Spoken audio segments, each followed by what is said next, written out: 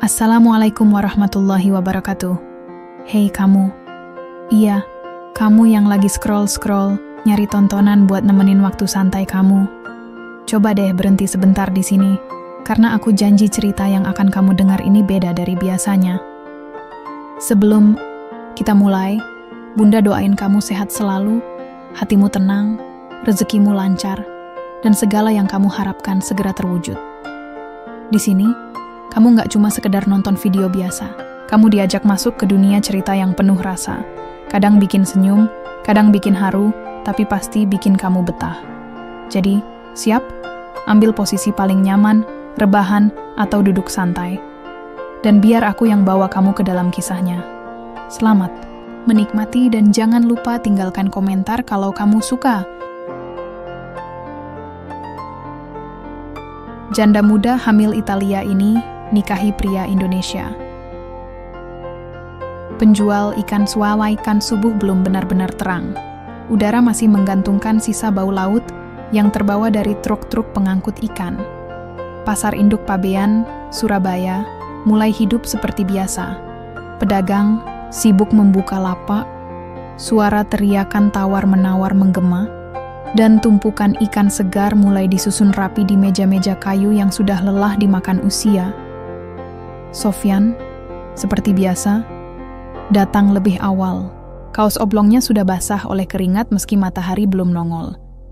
Tangan kasarnya lihai menguliti ikan, memotong kepala, lalu menyisihkan daging bersih ke keranjang plastik. Ia bekerja cepat, diam, dan fokus. Sehari-hari seperti itulah hidupnya. Tak banyak omong, tak pernah macam-macam.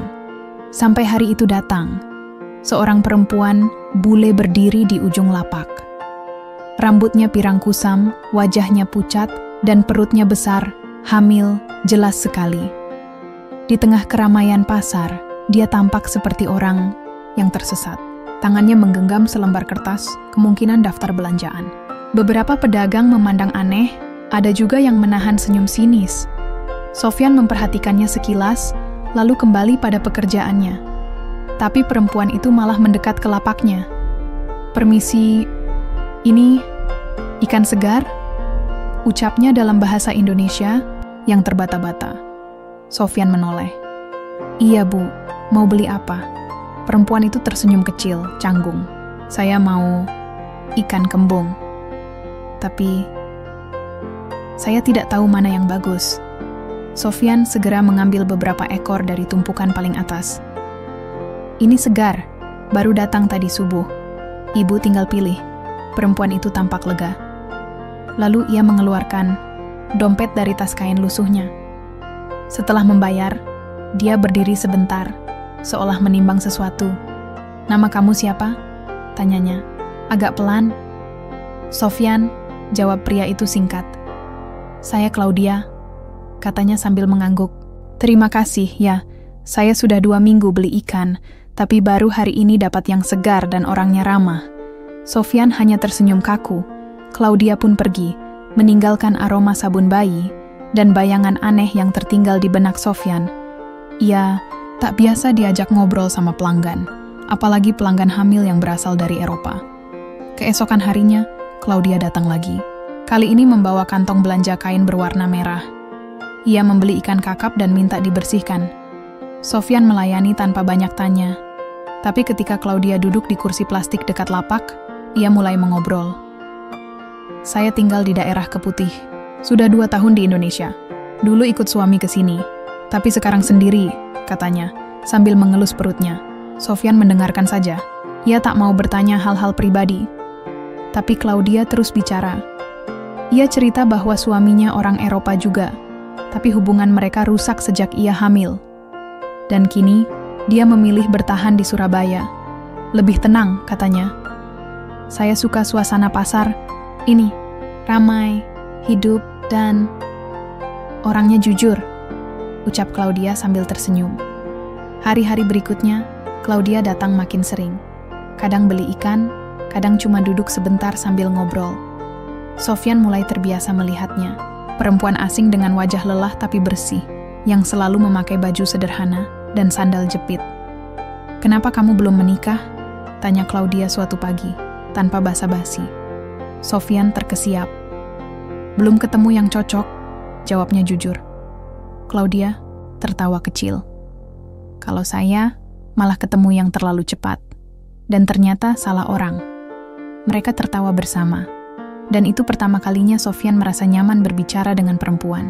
Apalagi perempuan asing yang seharusnya jauh dari dunianya. Beberapa minggu kemudian, Claudia tak muncul di pasar.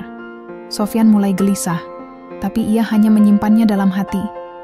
3 hari kemudian, Claudia datang dengan wajah pucat dan langkah yang lebih berat. "Saya pingsan di rumah. Panas tinggi," katanya. Tapi sekarang sudah mendingan. Sofyan tak tahu harus berkata apa. Tapi ia menawarkan air minum dan sepotong roti yang biasa ia bawa dari rumah. Claudia menerimanya dengan senyum tulus. "Kalau anak ini lahir, saya ingin dia besar di sini, di Indonesia." Sofyan menatap wajahnya. Claudia menatap balik, tak ada rasa malu. Hanya ketulusan yang hangat. "Saya sudah belajar wudhu. Saya ingin jadi muslim, Sofyan. Karena saya percaya, orang baik seperti kamu pasti tidak jauh dari ajaran yang baik." Sofyan diam, lidahnya keluh, tapi hatinya bergetar. Mungkin, memang ada orang-orang yang ditakdirkan bertemu bukan karena rencana manusia, tapi karena kehendak yang lebih tinggi. Dan pagi itu, di tengah bau amis ikan dan suara riuh pasar, sesuatu telah berubah di hati Sofyan. Hari itu Claudia datang lebih siang dari biasanya. Pasar sudah setengah kosong. Beberapa pedagang mulai membereskan dagangan, dan truk-truk sayur mulai bersiap pulang. Tapi Sofyan masih bertahan di lapaknya, mencuci talenan, menyiram meja dengan air es, dan menata ulang sisa ikan yang belum laku. Claudia datang tanpa membawa kantong belanja. Ia mengenakan gamis longgar berwarna coklat muda, dengan jilbab yang masih terlihat canggung dipakainya. Bukan jenis penampilan yang biasanya ia kenakan, tapi tetap tampak sederhana. Sofyan menoleh, terdiam, beberapa detik. "Baru pulang dari mana?" tanyanya pelan. "Dari masjid," jawab Claudia sambil duduk di bangku plastik dekat lapak. "Saya ikut pengajian ibu-ibu tadi pagi. Mereka baik, ngajarin saya banyak hal." Sofyan mengangguk pelan, tidak tahu harus merespons apa. Claudia menatapnya sebentar, lalu berkata, "Kamu sibuk? Kalau tidak, saya mau ajak kamu makan siang. Saya masak sendiri." Sofyan menoleh lagi, memastikan ekspresi Claudia serius. Ia ragu-ragu. "Saya belum selesai beres-beres, Claudia." "Nggak apa-apa, saya tunggu." Ia tersenyum ringan. Akhirnya, sejam kemudian Sofyan sudah duduk di kursi plastik di halaman kecil rumah kontrakan Claudia. Lokasinya di Keputih, masuk gang kecil dari jalan utama. Rumah sederhana itu bersih dan rapi. Ada pot-pot kecil berisi daun mint dan tomat ceri di depan pintu. Claudia menghidangkan sepiring nasi, tumis buncis, dan sup ikan bening. "Saya belajar masak dari ibu warung dekat rumah," katanya sambil menuangkan air putih. Mereka makan dalam diam sebentar. Sofyan tak biasa berada di rumah orang, apalagi perempuan. Tapi Claudia tampak tenang, tidak ada maksud apa-apa, hanya ingin berbagi. Setelah makan, Claudia masuk ke ruang tamu dan membawa keluar sebuah amplop coklat. "Sofyan, saya mau bicara sesuatu yang agak serius." Sofyan langsung waspada. Ia duduk tegak. Claudia meletakkan amplop itu di meja. "Saya tahu ini mendadak, tapi saya sudah pikirkan lama. Saya mau mualaf, dan saya ingin menikah sama kamu." Sofyan mengerjap, tak percaya apa yang barusan didengarnya. "Apa?" Suaranya pelan. "Saya tahu kamu orang baik. Kamu tidak pernah ganggu saya. Selalu bantu dengan ikhlas. Kamu juga hormat sama semua orang. Saya merasa tenang kalau ada kamu." Sofyan menunduk, tangan gemetar tak sadar. "Tapi Claudia, kamu belum lama kenal saya. Saya cuma tukang potong ikan." "Saya tahu, justru itu. Kamu kerja keras, nggak neko-neko. Itu cukup." Sofyan berdiri, berjalan beberapa langkah, lalu kembali duduk. Ia menarik napas panjang. "Saya bukan orang yang layak buat kamu. Kamu bule, kamu pintar, kamu punya pilihan lebih baik." Claudia tersenyum kecil. "Justru karena saya pernah Salah pilih dulu. Saya tidak mau ulangi kesalahan. Saya cari yang sederhana dan jujur. Dan saya sudah istikharah. Sofyan memandangi amplop coklat itu. Ini apa? Dokumen mu'alaf dan akta cerai dari Italia. Kalau kamu serius, kita bisa nikah secara agama dulu, nanti baru urus resmi. Saya tidak butuh pesta. Saya cuma butuh suami yang bisa diajak jalan bareng ke surga. Hening. Tak ada suara kecuali kipas angin tua yang berdengung dari pojok ruang tamu. 3 hari berikutnya, Sofyan pergi menemui ustaz tempat Claudia biasa mengaji. Mereka berbicara cukup lama, tentang hukum menikahi mu'alaf, tentang tanggung jawab, dan tentang keikhlasan. Ustaz itu bilang, kalau perempuan sudah siap dan kamu bisa memimpin, jangan sia-siakan, karena Allah tidak beri kesempatan 2 kali untuk hal baik seperti ini. Sore harinya, Sofyan pulang dan merenung lama di atas kasur tipisnya. Ia pikirkan semua yang terjadi. Claudia bukan hanya menawarkan pernikahan, tapi juga masa depan. Tapi, bukan itu yang membuatnya goyah, melainkan keberanian perempuan itu mempercayakan hidupnya pada orang seperti dirinya. Besok paginya, Sofyan datang ke pasar lebih awal dari biasa. Ia memotong ikan sambil menunggu waktu menunjukkan pukul 9. Dan tepat jam 9:10, Claudia datang lagi. Sofyan menoleh, menatap mata perempuan itu. "Kalau kamu masih yakin," katanya lirih. "Saya siap." Claudia menghela, napas lega. "Saya yakin." Dan di pasar ikan yang bau amis dan lembab itu, di antara tumpukan tong ikan dan suara tawar-menawar, mereka mengikat janji dalam hati. Tanpa drama, tanpa sorotan, tapi sungguh-sungguh. Minggu depannya, di sebuah mushola kecil dekat rumah Claudia, dengan saksi 2 tetangga dan ustaz yang mereka percaya, Claudia resmi menjadi muslimah. Ia mengucap 2 kalimat syahadat dengan suara lirih tapi mantap.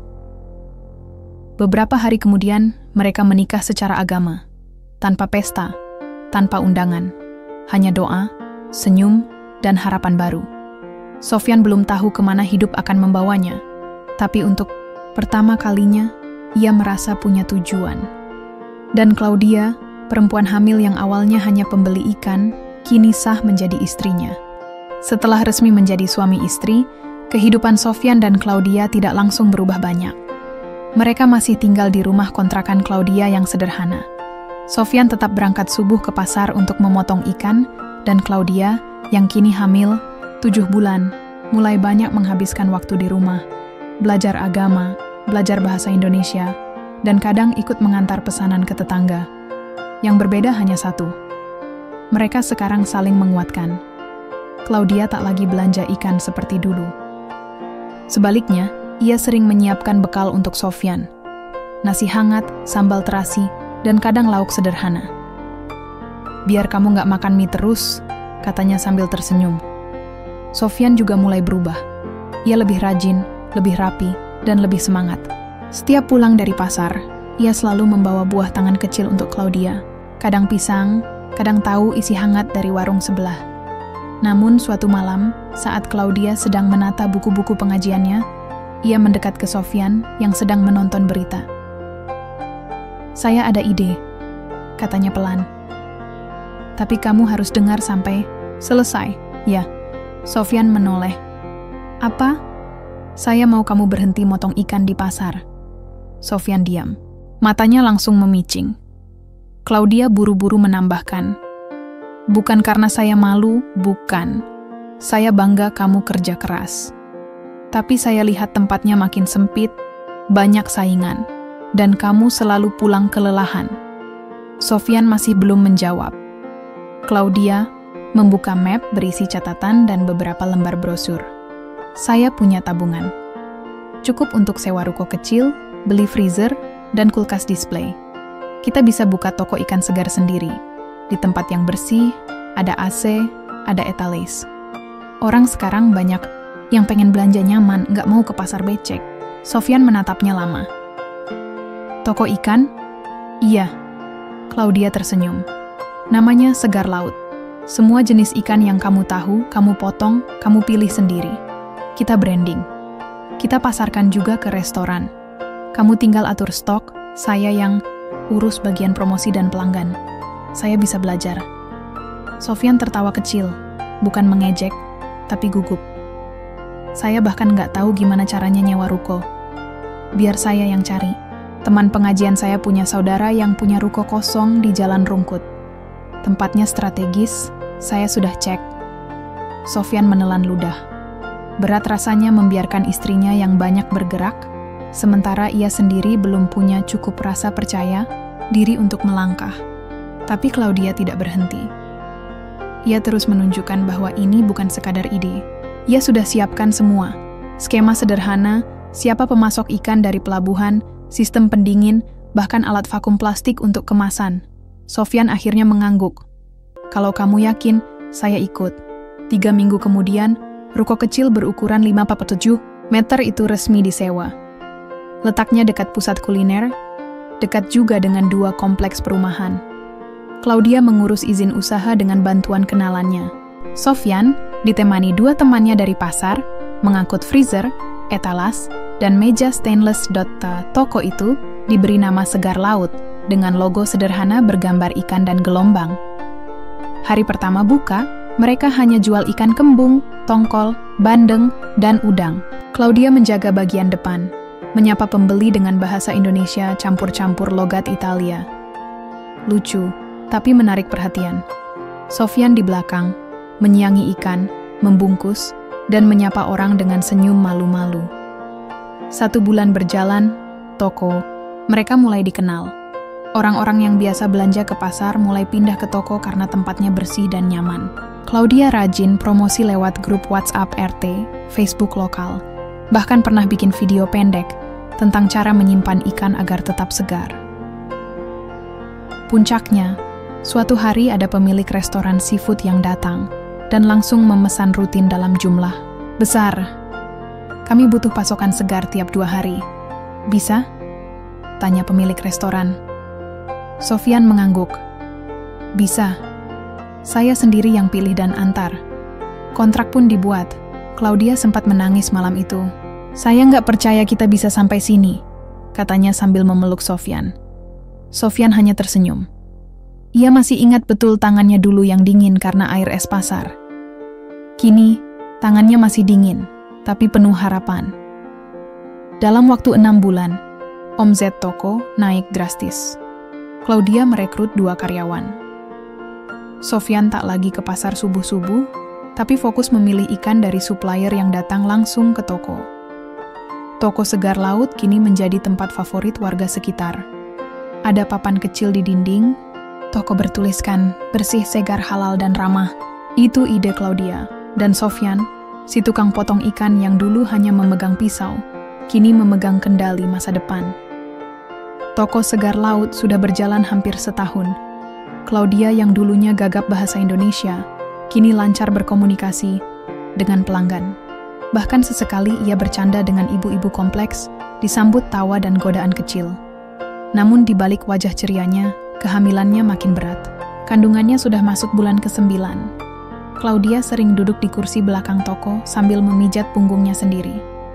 Beberapa kali Sofyan meminta istrinya istirahat di rumah, tapi Claudia selalu bilang, "Saya cuma mau lihat toko kita jalan. Nanti kalau bayi lahir, saya istirahat total." Sofyan mengangguk. Tapi ia diam-diam mulai menyiapkan segalanya. Ia belajar cara kerja kasir, catatan stok, bahkan ikut kursus daring tentang manajemen toko kecil. Ia tahu, sebentar lagi Claudia harus fokus jadi ibu, dan ia sendiri harus bisa pegang semuanya. Suatu malam, Claudia terbangun dari tidurnya. Wajahnya pucat. Ia menahan perutnya sambil memanggil Sofyan. "Sayang, perut saya sakit sekali." Sofyan langsung bangun. Ia tak sempat berpikir banyak. Ia bantu Claudia duduk, ambil tas bersalin yang sudah disiapkan, dan memesan taksi online ke rumah sakit terdekat. Sepanjang perjalanan, Claudia menggenggam tangan Sofyan erat-erat.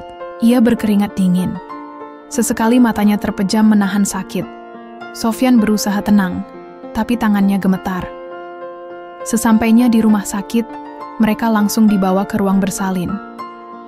Dokter bilang Claudia sudah bukaan 4. Prosesnya diperkirakan akan panjang. Sofyan duduk di ruang tunggu sambil menatap lantai.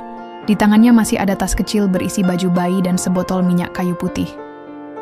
Ia baru sadar, malam itu hujan deras. Petir menyambar beberapa kali. 1 jam, 2 jam, 3 jam.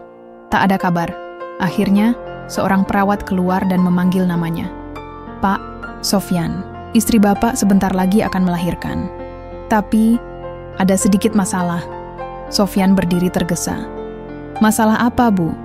Bayi terlilit tali pusar. Kami usahakan lahir normal dulu. Kalau tidak memungkinkan, kami siapkan opsi operasi. Sofyan mengangguk.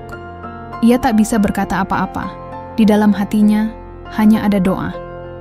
Ia bukan orang religius yang pandai bicara, tapi malam itu, ia berdoa seperti anak kecil, jujur dan polos. Ia mohon pada Tuhan agar Claudia dan bayinya selamat.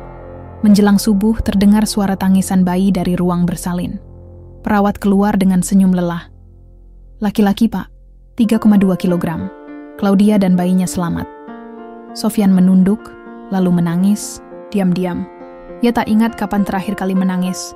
Mungkin waktu ayahnya meninggal. Tapi malam itu, air matanya turun sendiri. Beberapa saat kemudian, ia diperbolehkan masuk. Claudia terbaring lemah tapi tersenyum. Di pelukannya, bayi mungil berkulit merah masih tertidur. Kamu mau kasih nama siapa? Tanya Claudia lirih. Sofyan mengusap kepala istrinya. Biar kamu yang pilih. Kamu yang sudah berjuang. Claudia tersenyum. Saya ingin nama yang gabungkan kita. Biar dia tahu dia lahir dari 2 dunia yang berbeda tapi penuh cinta. Akhirnya mereka sepakat. Ryan, Alessandro Ryan, nama dari bahasa Arab, berarti gerbang surga. Alessandro, nama Italia, nama mendiang ayah Claudia. Hari-hari setelah kelahiran Ryan terasa sangat berbeda. Claudia lebih banyak di rumah. Toko kini dikelola penuh oleh Sofyan. Ia bangun lebih pagi, menata stok, menulis daftar pesanan, dan mengantar sendiri ke restoran pelanggan mereka. Sore hari, ia pulang lebih cepat.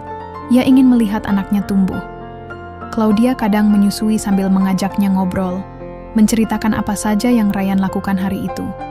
Senyum pertamanya, suara rengekannya, atau tingkah lucunya saat mandi.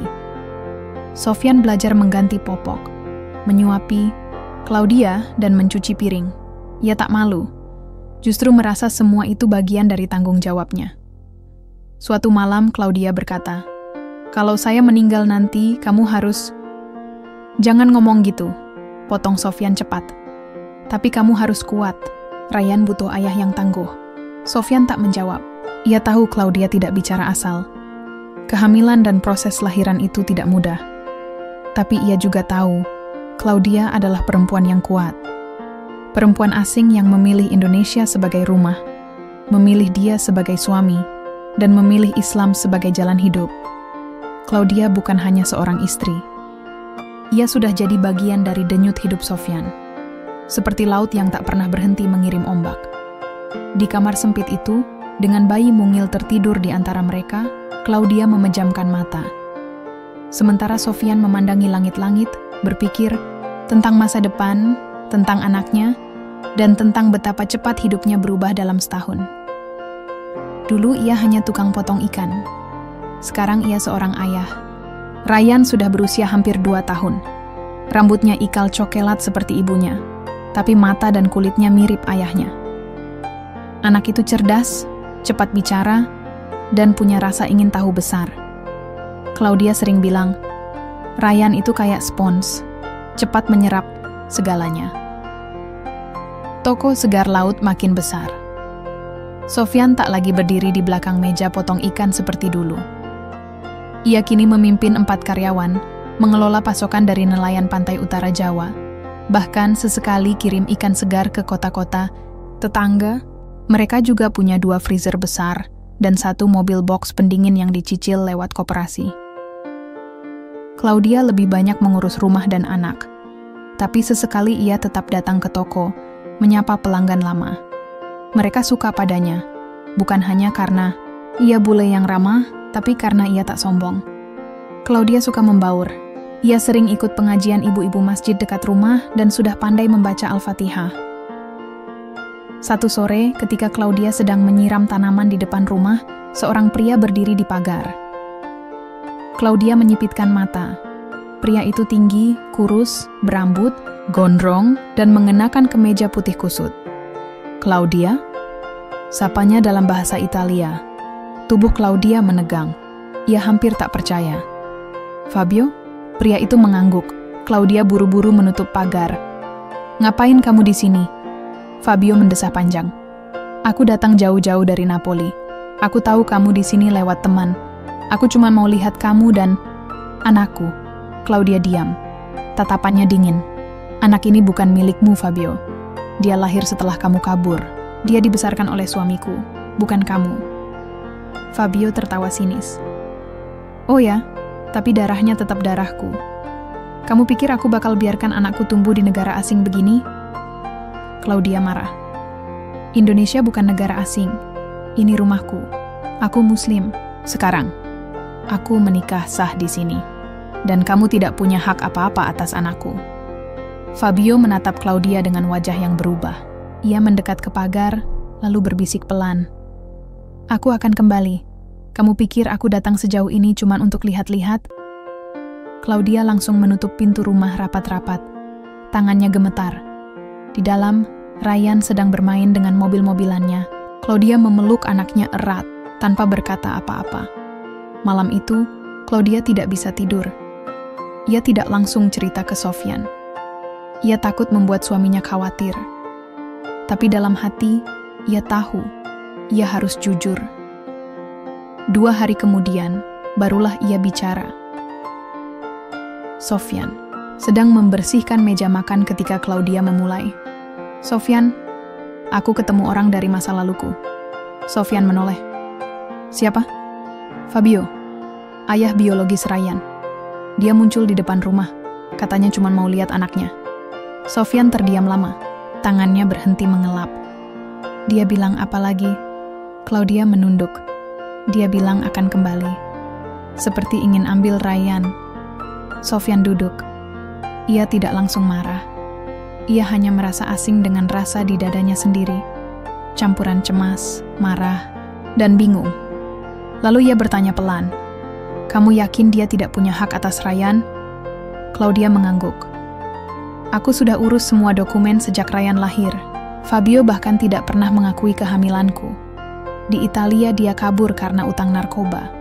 Aku tidak pernah daftarkan dia sebagai ayah Ryan, baik di sana maupun di sini." Sofyan menarik napas panjang. "Kalau begitu kita harus siap. Aku nggak mau ada orang tiba-tiba muncul dan ganggu keluarga kita." Hari-hari berikutnya, Sofyan jadi lebih waspada. Ia pasang kamera CCTV di depan rumah dan toko. Ia juga mulai konsultasi diam-diam dengan seorang pengacara yang pernah jadi pelanggan tokonya. Suatu pagi, toko didatangi pria bule dengan ransel, lusuh. "Fabio," ia berdiri di depan meja kasir dan bicara keras. "Aku mau lihat anakku." Karyawan toko terkejut. Pelanggan mulai menoleh. Sofyan mendekat tenang. "Ini tempat usaha. Kalau mau ribut, keluar dulu." Fabio tertawa kecil. "Aku akan lapor ke kedutaan besar." "Kamu pikir bisa tahan anakku di sini?" Sofyan tidak membalas. Ia hanya menatap pria itu lama, lalu berkata singkat, "Coba saja." Fabio pergi. Tapi tatapan matanya meninggalkan bekas. Malamnya, Sofyan duduk berdua dengan Claudia di ruang tengah. "Ryan sudah tidur. Aku tahu kamu takut," kata Sofyan. "Tapi aku janji, kita akan jaga Ryan bareng-bareng. Aku nggak akan mundur. Dia anak kita." Claudia menangis. Ini bukan pertama kalinya ia merasa diselamatkan oleh Sofyan. Tapi malam itu ia merasa suaminya lebih dari sekadar penyelamat. Ia adalah pondasi hidup barunya. Di luar rumah, angin berembus pelan. Kota kecil itu tetap ramai dengan suara pasar dan masjid, tapi di dalam rumah sederhana mereka sedang bertumbuh sebuah keluarga yang kuat, meski badai mulai datang dari masa lalu. Beberapa hari setelah insiden di toko, suasana rumah Sofyan berubah. Claudia jadi lebih pendiam, sering menatap jendela, seperti sedang menunggu sesuatu. Ryan tetap ceria seperti biasa, belum tahu apa-apa soal konflik yang sedang mengintai keluarganya. Sofyan tidak tinggal diam. Ia makin sering bertemu Pak Rudi, pengacara yang pernah menjadi pelanggan tokonya. Pak Rudi sudah sepuh, tapi pengalamannya banyak. Ia tahu bagaimana menghadapi kasus seperti ini, termasuk yang melibatkan warga negara asing. Kalau dia beneran lapor ke kedutaan, kemungkinan besar mereka akan bantu dia. Tapi itu bukan berarti dia bisa ambil Ryan semudah itu, kata Pak Rudi sambil membolak-balik dokumen. Sofyan mengangguk. Claudia sudah urus akta lahir Ryan. Nama Fabio nggak ada di situ, dan mereka nggak pernah menikah. Itu bisa jadi senjata kita, jawab Pak Rudi. Tapi kamu harus siap. Begitu ini masuk ke ranah hukum, kalian akan diperiksa. Rumah bisa disurvei. Claudia mungkin diminta ke imigrasi untuk klarifikasi status pernikahannya. Sofyan mulai merasa berat. Tapi ia tahu, tidak ada jalan mundur. Ini bukan cuma soal mempertahankan anak. Ini soal melindungi keluarganya dari seseorang yang datang membawa masa lalu yang berantakan. Seminggu kemudian, Claudia dipanggil ke kantor imigrasi di Surabaya. Surat panggilan itu datang pagi-pagi, dibawa oleh petugas berbaju rapi. Claudia membaca surat itu dengan tangan bergetar. Apa maksudnya ini? Tanya Claudia panik. Sofyan membaca cepat. Ini bukan surat deportasi, cuma klarifikasi status. Mungkin Fabio benar-benar lapor ke kedutaan. Hari itu juga mereka berangkat. Claudia mengenakan gamis coklat dan kerudung abu-abu.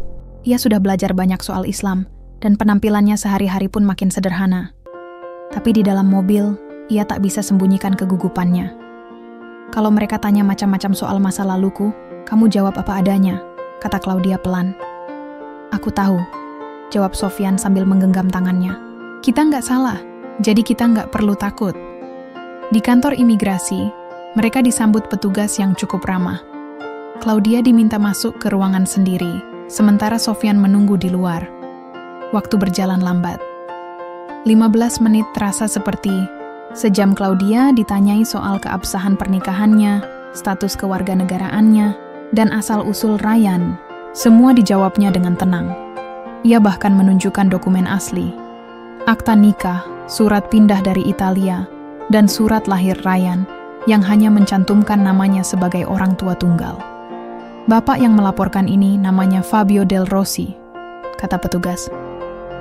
Dia mengaku sebagai ayah biologis anak Anda dan ingin meninjau kondisi anak. Claudia menggeleng pelan. Dia memang ayah biologis, tapi dia meninggalkan saya sejak awal kehamilan. Anak itu dibesarkan oleh suami saya sekarang. Saya Muslim, dan saya tidak mengizinkan mantan pacar saya itu ikut campur. Petugas mencatat semuanya. Baik, kami hanya mengklarifikasi. Selama tidak ada perintah hukum atau permintaan resmi dari pengadilan, kami tidak bisa memaksa Anda. Selesai. Di luar, Claudia memeluk Sofyan dan menangis. Aku capek, katanya. Kita sudah satu langkah lebih kuat. Dia nggak bisa gertak seenaknya sekarang, jawab Sofyan. Tapi ternyata Fabio tidak menyerah. 2 hari kemudian, seseorang asing datang ke rumah membawa surat. Bukan dari imigrasi, tapi dari pengadilan negeri kabupaten. Fabio menggugat hak kunjungan anak. Sofyan membaca surat itu sambil mengerutkan dahi. Claudia langsung duduk lemas di lantai. Dia benar-benar gila. Gugatan itu menyebut bahwa Fabio ingin memiliki hak untuk bertemu dan mengasuh anak yang berdarah Italia. Ia memakai argumen bahwa Claudia membawa anak itu ke luar negeri tanpa izin ayah biologis. Pak Rudi datang lagi ke rumah malam harinya. Ini rumit, kata Pak Rudi. Dia memakai jalur internasional. Tapi karena Claudia sudah menjadi WNI dan Ryan juga tercatat lahir di Indonesia, kita masih punya peluang kuat. Apa dia bisa menang? Tanya Sofyan. Kalau Claudia terbukti sah menikah dengan kamu, dan kamu punya bukti bahwa kamu yang membesarkan Ryan dari kecil, hakim akan pertimbangkan itu. Terlebih, Claudia sudah resmi jadi mualaf dan ikut hukum negara ini. Claudia tidak bicara sepanjang malam. Ia hanya duduk menatap Ryan yang sedang tidur di kamarnya. Anak itu tidur pulas, tak tahu bahwa dunia orang dewasa bisa begitu rumit dan kejam. Sofyan duduk di samping istrinya. Aku akan tetap di sini, Claudia. Apapun yang terjadi, Kita hadapi sama-sama. Kita buktikan ke pengadilan kalau keluarga ini sah dan kita nggak main-main. Claudia akhirnya tersenyum. Aku percaya kamu. Aku percaya kita. Persiapan sidang dimulai. Dokumen, saksi, hingga foto-foto dari sejak Claudia hamil sampai Ryan tumbuh dikumpulkan. Claudia bahkan menghubungi bidan tempat ia melahirkan Ryan. Semua siap. Sementara itu, Fabio belum terlihat lagi. Tapi bayangannya selalu ada. Di tikungan jalan, di teras rumah, di toko. Ketegangan itu membuat semua terasa seperti sedang duduk di tepi jurang.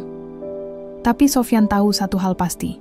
Ia tidak akan biarkan keluarganya diambil oleh pria yang bahkan tak ada saat Claudia berjuang sendirian. Ia tak akan membiarkan satu inci pun dari hidup yang ia bangun dengan susah payah dihancurkan oleh masa lalu yang tiba-tiba datang menuntut. Dan pertempuran ini belum selesai. Hari itu ruang sidang dipenuhi suasana dingin. Bukan karena pendingin ruangan, tapi karena tegang. Claudia mengenakan gamis putih sederhana dan kerudung krem. Wajahnya pucat, tapi sorot matanya tajam. Di sebelahnya, Sofyan duduk tenang, meskipun telapak tangannya basah sejak tadi pagi. Mereka tidak sendiri. Di belakang, Pak Rudi, pengacara mereka, duduk sambil membolak-balik berkas. Di seberang meja, pria itu akhirnya muncul, Fabio Del Rossi. Tubuh tinggi, rambut ikal, jas abu-abu kebesaran, dan tatapan sok tenang yang membuat Claudia ingin berdiri dan keluar saja dari ruangan ini. Sudah 3 tahun ia tidak melihat wajah itu. Wajah orang yang pergi tanpa pesan, yang meninggalkan dia di tengah kehamilan dan ketidakpastian. Ketua Majelis Hakim membuka persidangan dengan suara tegas. Perkara nomor 234 PDTJ 2025 PNSB. Gugatan hak asuh dan kunjungan anak oleh penggugat Fabio Del Rossi terhadap tergugat Claudia Rossi. Fabio bicara duluan. Ia menyampaikan bahwa sebagai ayah biologis Ryan, ia memiliki hak moral dan hukum untuk bertemu dengan anaknya. Ia bahkan menyebutkan bahwa membawa anak keluar dari Italia tanpa izin adalah tindakan melawan hukum. Claudia menatapnya kosong. Dia bahkan tak tahu saya melahirkan di Indonesia. Bagaimana bisa dia merasa ditinggalkan? Bisiknya pelan ke Sofyan. Sofyan mengangguk. Biar hukum yang jawab.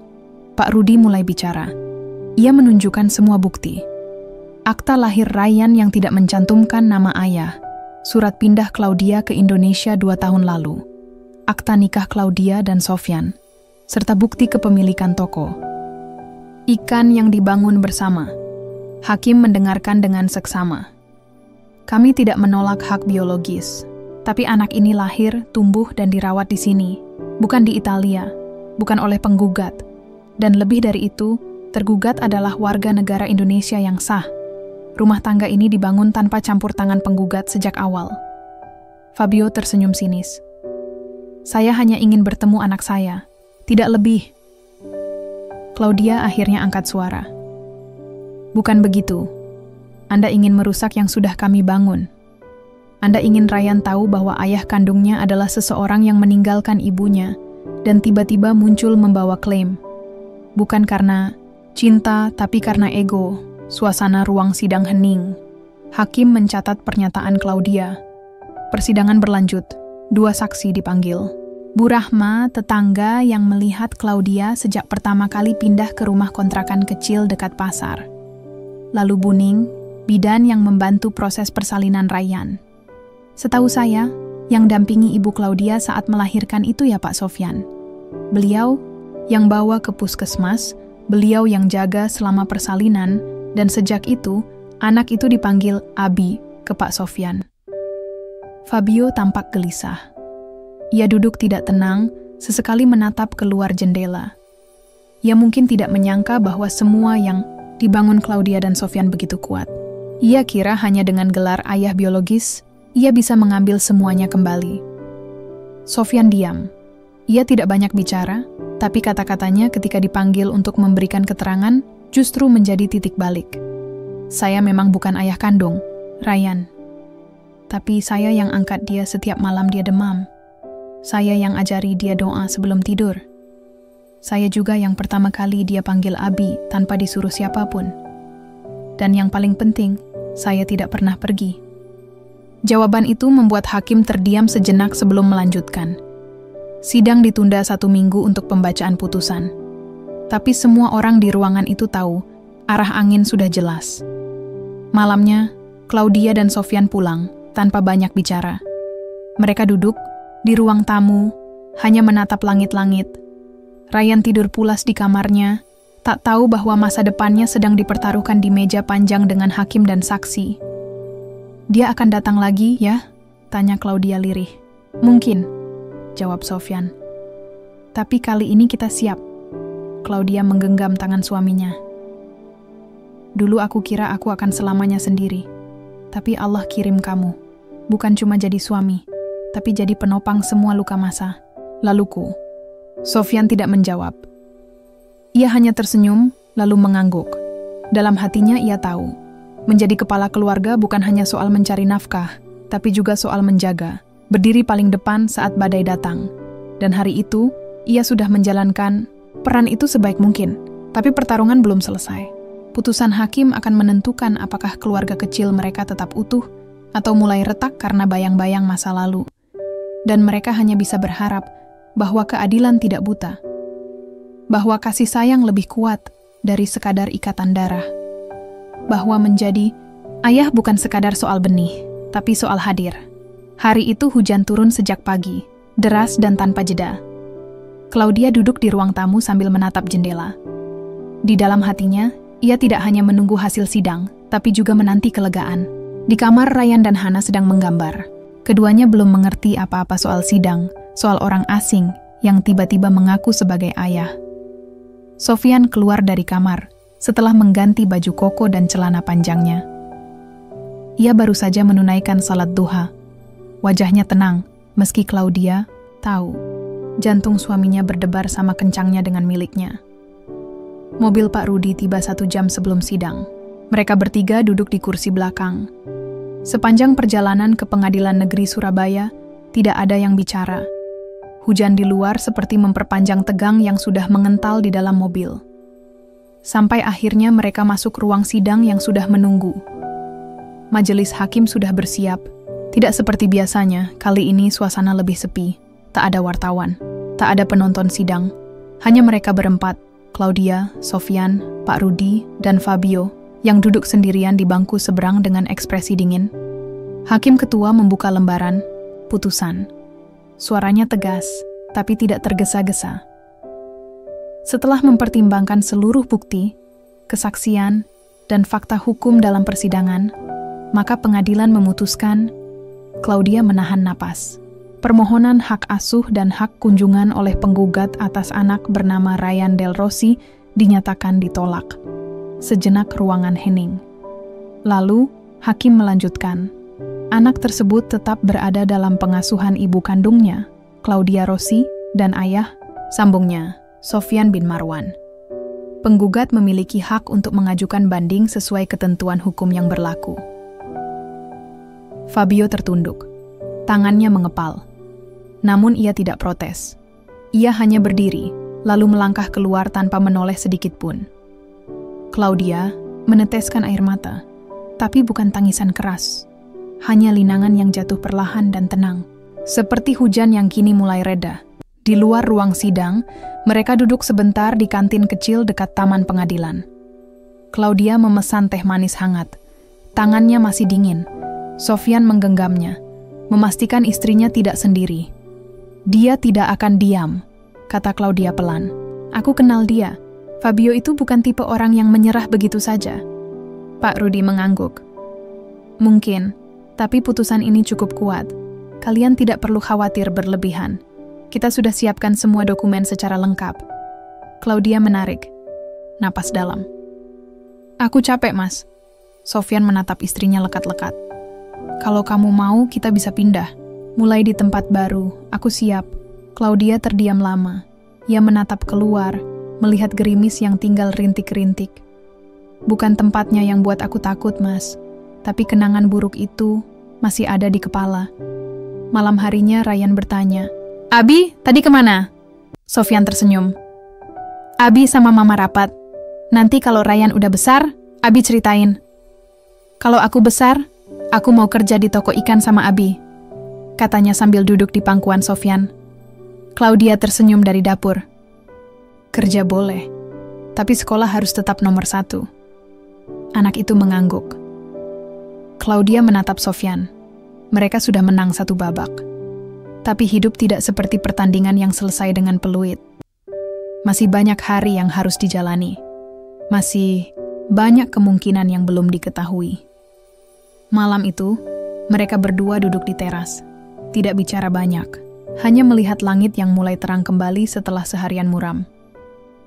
Dulu aku pikir aku akan selamanya menjadi janda yang terlunta-lunta di negara orang, kata Claudia tiba-tiba. Kamu salah, jawab Sofyan pelan. Allah tidak pernah meninggalkan orang yang berserah. Claudia menggenggam tangannya. Mas, kita kuat ya. Sofyan mengangguk. Kita kuat, selama kita tetap bareng. Dan malam itu, untuk pertama kalinya setelah sidang panjang dan penuh tekanan, Claudia bisa tidur tanpa mimpi buruk. Ia merasa seperti membuka lembaran baru. Mungkin babak berikutnya akan lebih sulit, tapi setidaknya ia tidak lagi sendiri. Ia punya suami yang bisa diandalkan. Ia punya anak-anak yang memberinya alasan untuk terus bertahan. Dan untuk pertama kalinya sejak lama, Claudia merasa rumah bukan lagi tentang Italia atau Indonesia, tapi tentang tempat di mana ada cinta dan keberanian untuk melawan masa lalu. Toko ikan segar milik Sofyan dan Claudia di Pasar Induk Sidoarjo makin ramai. Namanya Segar Laut Kita. Sebuah kios sederhana tapi bersih dan dingin ber-AC, dengan etalase besar dari kaca bening. Di dalamnya tertata rapi ikan-ikan segar, udang, cumi, bahkan kerang hijau. Claudia yang mendesain konsepnya. Semua harus tertata, rapi, dan higienis. Bahkan para pelanggan tidak perlu basah-basahan, tinggal tunjuk, timbang, bayar, dan pulang. Setiap pagi, Sofyan tetap ke tempat pelelangan ikan di daerah Kenjeran. Claudia kadang ikut, kadang tinggal di rumah menjaga anak-anak. Tapi kini mereka juga sudah mempekerjakan 2 karyawan muda dari desa. Toko itu berjalan baik. Sangat baik, malah. Dan seperti yang bisa ditebak, tidak semua orang senang melihat keberhasilan mereka. Pak Wanto, pedagang ikan yang sudah 20 tahun di pasar itu, mulai gelisah. Sejak Segar Laut Kita buka, omzetnya menurun. Pelanggan, langganannya, termasuk restoran-restoran kecil, mulai pindah ke kios Sofyan. Padahal dulu, ia yang pegang kendali. Ia dikenal galak dan tak suka saingan. Tapi sejak Claudia datang dengan bahasa Indonesia, logat asing, dan pelayanan super ramah, ia merasa harga dirinya diinjak. Orang bule itu ngerusak harga pasar, keluhnya suatu pagi ke sesama pedagang. Bukan cuman itu, dia bawa gaya barat, ke sini. Pasar kok dibikin kayak supermarket, kata yang lain. Hari itu mereka sepakat. Kios Claudia harus ditekan. Awalnya hanya bisik-bisik, lalu jadi nyata. Karyawan Sofyan mendapati suplai es batu yang biasa mereka pesan mendadak dihentikan. Katanya karena stok habis. Tapi kita tahu, Mas. Esnya dialihin ke kios Pak Wanto, lapor Dani, si anak muda dari Mojokerto. Beberapa hari berikutnya, salah satu gerobak pengangkut ikan Claudia pecah rodanya. Seorang saksi bilang, ia melihat 2 orang tak dikenal mondar-mandir sebelum kejadian. Puncaknya, suatu malam, toko mereka dilempari bangkai ikan busuk. Jendela belakang kotor. Aroma amis menyengat menusuk sampai pagi. Claudia shock. Ini sudah keterlaluan, Mas. Kita harus lapor pasar. Sofyan mengangguk, tapi ia tahu, melawan di pasar seperti ini tak semudah mengangkat ember ikan. Kita nggak boleh emosian, biar aku urus. Sofyan menemui ketua paguyuban pedagang pasar induk, Pak Maimun. Lelaki tua yang disegani dan terkenal, netral. Sofyan menceritakan semuanya, dari sabotase suplai sampai serangan bangkai ikan. Pak Maimun mendengarkan dengan wajah tenang.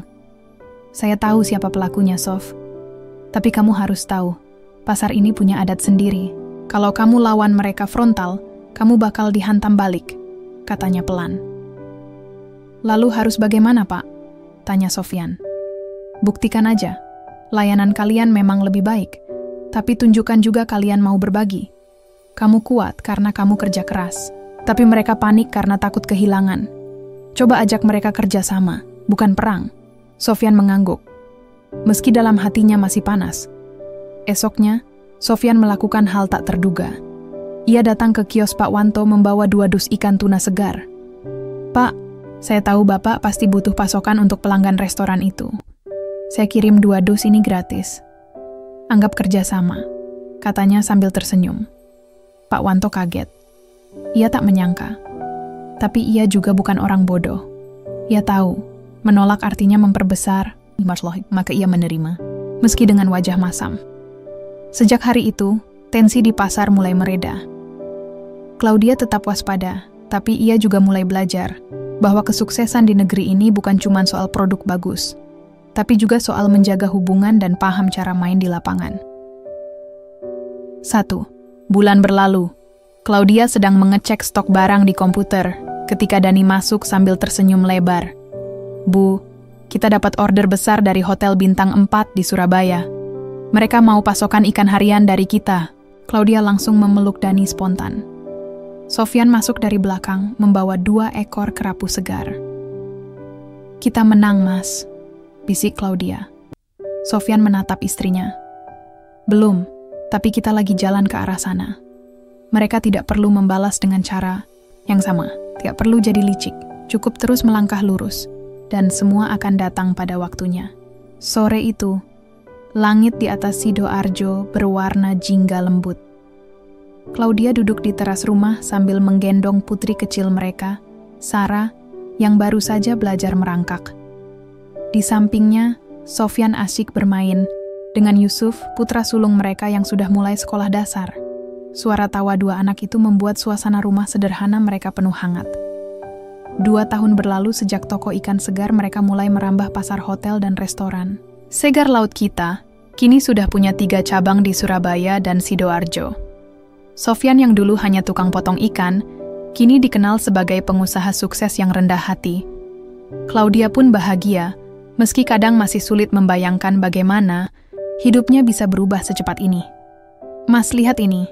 Claudia menepuk pundak Sofyan sambil menunjukkan surat dari kantor imigrasi. Surat itu berisi undangan untuk wawancara perpanjangan izin tinggal dan kewarganegaraan. Sofyan mengangguk, artinya tinggal sedikit lagi kamu bisa jadi warga negara Indonesia resmi. Claudia tersenyum, aku sudah siap, Mas, karena aku di sini, di rumah ini. Dengan kamu dan anak-anak, aku merasa punya rumah. Sofyan memeluk Claudia pelan. Aku juga, Bu. Kita sudah lewati banyak hal. Aku bangga sama kamu. Tiba-tiba, ponsel Sofyan berdering. Dari nomor yang tidak dikenal. Sofyan mengangkat dengan sedikit ragu. Suara perempuan terdengar dari ujung sana. Sofyan, ini Tante Maria, dari Italia.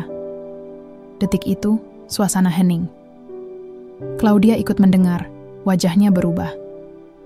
Tante Maria, saudara Claudia yang belum pernah ditemui di Indonesia, memberi kabar mengejutkan. Claudia, ibumu sakit. Dia ingin bertemu denganmu. Aku tahu kamu sudah mulai hidup baru di sana, tapi ibu menunggu. Claudia terdiam. Hatinya bergejolak antara bahagia dan gelisah. Sofyan, aku harus ke Italia. Sebentar saja. Ibu mungkin ingin lihat aku sebelum semuanya terlambat. Sofyan mengangguk. Kamu harus pergi, Bu. Aku dan anak-anak akan jaga toko dan rumah di sini. Beberapa hari kemudian, Claudia berangkat ke Italia. Di Bandara Juanda, Sofyan mengantar dengan hati berat. Mereka berpelukan lama. Air mata tak terbendung. Di negeri kelahirannya, Claudia bertemu ibu yang sudah lemah. Tetapi, senyum sang ibu tetap hangat. Momen itu membuka babak baru dalam hidup Claudia. Mengenal masa lalu yang selama ini tersembunyi, dan menyembuhkan luka lama. Sementara itu, Sofyan mengurus toko dan anak-anak. Ia belajar lebih banyak tentang bisnis, tentang arti pengorbanan dan tanggung jawab. Ia mulai memahami bahwa hidup tak melulu soal keuntungan materi, tapi juga tentang cinta dan keluarga. Beberapa minggu kemudian, Claudia kembali ke Indonesia dengan hati yang lebih tenang. Ia membawa oleh-oleh bukan hanya barang, tapi juga cerita tentang keluarganya yang selama ini jauh. Kita ini bukan hanya soal bisnis atau cinta, katanya pada Sofyan malam itu, tapi soal akar, dan akar itu bisa tumbuh di mana saja, selama kita rawat dengan cinta. Sofyan mengangguk setuju. Mereka duduk bersama, menatap anak-anak yang tertidur pulas. "Terima kasih sudah jadi pelabuhan aku, Mas," bisik Claudia. "Dan kamu pelabuhan aku juga, Bu," jawab Sofyan. Mereka tahu, jalan di depan masih panjang. Tapi kini, dengan keluarga dan cinta yang mereka punya, mereka siap melangkah ke masa depan. Setelah beberapa minggu Claudia kembali dari Italia, suasana di rumah mereka terasa berbeda. Claudia lebih sering termenung, sesekali membuka ponsel, dan menghubungi Maria, saudaranya yang membantunya menjaga hubungan keluarga di sana. Tapi Sofyan tahu, ada sesuatu yang lebih dari sekadar rindu pada ibunya. Di pagi yang cerah, saat Sarah bermain di halaman rumah dan Yusuf sedang bersiap ke sekolah, Claudia mengajak Sofyan duduk di teras. Matanya yang biasanya cerah, kini sedikit sayu. "Mas, aku mau cerita tentang masa lalu aku," ucap Claudia pelan. "Selama ini aku menutup rapat banyak hal yang mungkin Mas belum tahu." Sofyan mengangguk, memberi ruang bagi Claudia untuk membuka hati. Claudia mulai bercerita tentang masa lalunya di Italia, tentang pernikahan yang gagal, dan alasan mengapa ia memutuskan pergi jauh hingga ke Indonesia. Ia menceritakan betapa sulitnya menjadi janda muda yang hamil tanpa dukungan keluarga. Betapa dunia terasa dingin dan sepi. "Aku takut, Mas," katanya lirih. "Takut gagal lagi, takut tidak punya tempat di dunia ini." Sofyan menggenggam tangan Claudia erat. "Di sini, kamu nggak sendiri. Aku juga pernah merasa takut. Tapi kita sekarang ada bersama, membangun sesuatu yang baru." Hari-hari berikutnya, Claudia mulai lebih aktif mengurus toko mereka dan membantu pengelolaan bisnis. Ia belajar banyak hal baru, dari mengatur keuangan hingga memasarkan produk mereka lewat media sosial. Semangatnya menyala kembali. Suatu sore, saat mereka berdua sedang membereskan stok ikan segar, Sofyan mendapat telepon dari seorang pengusaha lokal yang tertarik untuk bermitra memperluas jaringan toko. "Ini kesempatan bagus, Mas," kata pengusaha itu. "Tapi saya ingin bertemu dan bicara langsung soal visi dan rencana ke depan." Sofyan terdiam sesaat, lalu mengalihkan telepon ke Claudia. Ia tahu, Claudia yang punya kemampuan lebih dalam hal bisnis dan bahasa asing. Claudia berbicara dengan penuh percaya diri. "Saya ingin bisnis ini tidak hanya berkembang, tapi juga membantu para nelayan kecil agar mendapat harga yang adil." Hari berikutnya, mereka bertemu pengusaha itu di sebuah kafe di Surabaya. Pembicaraan berjalan lancar. Kesepakatan pun tercapai, membuka peluang ekspansi ke kota-kota besar lain di Jawa Timur. Kegembiraan itu membawa semangat baru bagi keluarga kecil itu. Mereka mulai merencanakan membuka cabang baru, memperluas jaringan distribusi, dan mempekerjakan lebih banyak orang dari komunitas sekitar. Namun, di balik semua itu, ada bayang-bayang masalah yang belum selesai. Di Italia, Maria kembali mengirim pesan yang membuat Claudia gelisah. "Tante Maria bilang ada sesuatu yang harus aku ketahui," kata Claudia suatu malam saat mengobrol dengan Sofyan tentang ayah anakku. Sofyan menatap Claudia dengan serius. "Apa maksudnya?" Claudia menghela napas panjang. "Aku belum tahu pasti, tapi Maria bilang ada orang yang datang ke Italia menanyakan tentang aku dan anakku. Mereka sepertinya dari keluarga lama yang ingin menghubungi aku kembali." Sofyan merasakan ketegangan. "Kita harus siap, Bu. Apapun yang datang, kita hadapi bersama." Beberapa hari kemudian, seorang pria muncul di depan toko mereka. Ia memperkenalkan diri sebagai Giovanni, sepupu Claudia dari Italia yang datang ke Indonesia mencari jawaban. Ia membawa surat dan dokumen dari keluarga Claudia yang selama ini hilang kontak. Pertemuan itu membuka lembaran baru yang tak mudah. Giovanni menyampaikan bahwa keluarga Claudia di Italia sebenarnya memiliki masalah besar yang berhubungan dengan warisan dan bisnis keluarga. Mereka ingin Claudia kembali dan mengambil bagian, namun ada konflik dan intrik yang membayangi. Claudia bingung dan ragu, antara kembali ke masa lalu yang penuh luka atau tetap membangun masa depan di Indonesia bersama Sofyan dan anak-anak. Sofyan memegang tangan Claudia erat, berkata, "Apapun yang kamu pilih, aku di sini. Kita keluarga. Kita hadapi semuanya bersama." Malam itu, Claudia termenung lama di balkon rumah. Bintang-bintang di langit Sidoarjo tampak bersinar lembut. Ia tahu hidupnya tak lagi sederhana. Tapi ia juga yakin, selama ada cinta dan dukungan, ia bisa menyulam harapan baru. Bukan hanya untuk dirinya, tapi juga untuk anak-anak dan Sofyan. Keesokan harinya, Claudia memutuskan untuk menghubungi Maria dan Giovanni, mengajak mereka datang ke rumah. Ia ingin tahu lebih banyak, dan mulai membuka pintu masa lalu yang selama ini ia hindari. Sofyan mendukung penuh keputusan Claudia. Mereka berdua tahu, perjalanan ini masih panjang dan penuh tantangan.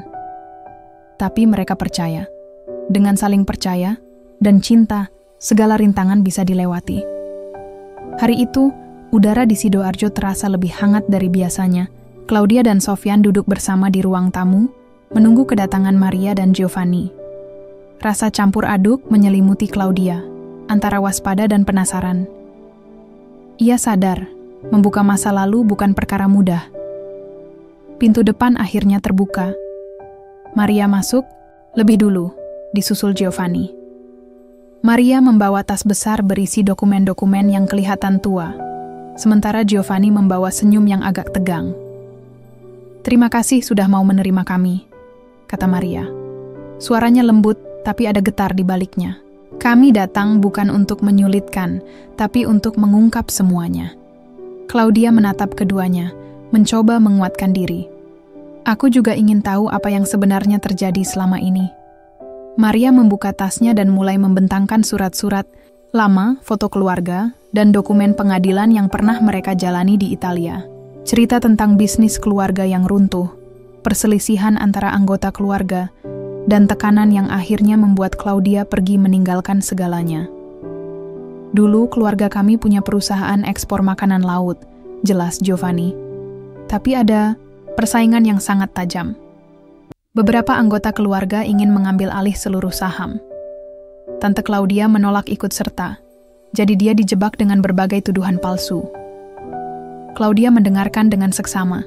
Kenangan lama muncul kembali. Masa-masa sulit, pertengkaran yang menyakitkan, dan rasa dikhianati. "Aku selalu merasa sendirian," katanya. "Hingga aku datang ke Indonesia. Di sini aku menemukan ketenangan dan cinta." Sofyan meraih tangan, Claudia memberikan kekuatan. "Masa lalu memang berat, tapi itu bukan penentu masa depan." Maria melanjutkan, "Sekarang keluargamu ingin memperbaiki keadaan. Mereka ingin mengajakmu kembali dan berdamai. Tapi ada satu hal lagi yang perlu kamu tahu."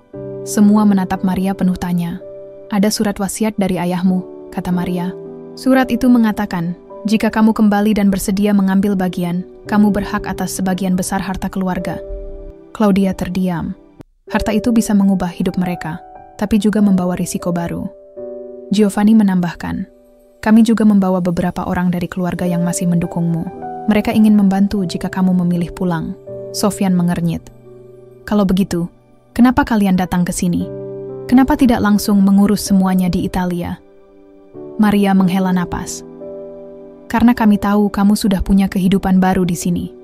Kami tidak mau memaksa, tapi kami ingin kamu tahu semua pilihan yang ada."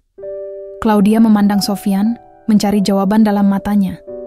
Sofyan mengangguk perlahan, mendukung apapun keputusan Claudia. Malam itu, setelah tamu pergi, Claudia dan Sofyan duduk di teras. Angin malam membawa aroma laut yang segar. "Kamu harus memikirkan semuanya baik-baik," kata Sofyan.